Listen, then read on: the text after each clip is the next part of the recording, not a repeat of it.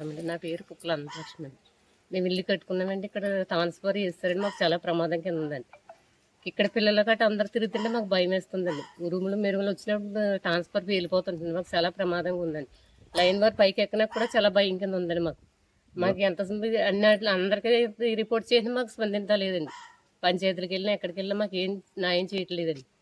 ఇది తీయమని కోరుకుంటున్నామండి. శివల గ్రామం అండి మాది. శివల గ్రామం కోనరేపుడు అండి మాది. మేము ఎంత తిరిగినా మాకు స్పందించలేదండి. మాకు తీయమని కోరుకుంటున్నామండి. మేము డబ్బులు కట్టాలని తీయాలని చేయలేమండి. మాకు తీసి పక్కన పెట్టమని కోరుకుంటున్నాం అంతేండి. మేము మీడియా ద్వారా కోరుకుంటున్నామండి. మాకు చాలా ప్రమాదం కింద ఉంది. ఇంటి పని ఏం చేయించుకోవాలన్నా మాకు భయం వేస్తుంది. పైకి వెళ్ళినా కూడా మాకు భయం వేస్తుందండి.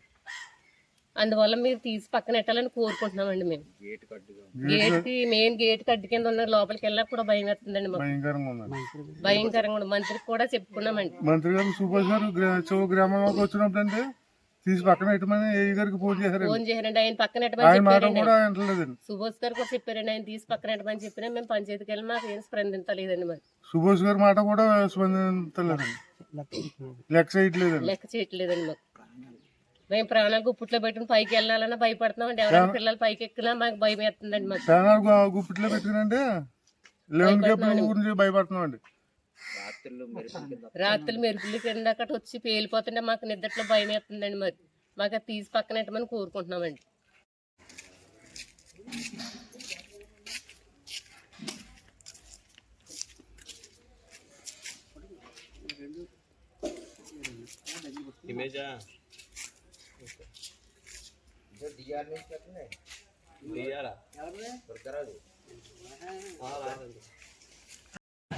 ఎవరు కూడా మాకు న్యాయం చేస్తారు.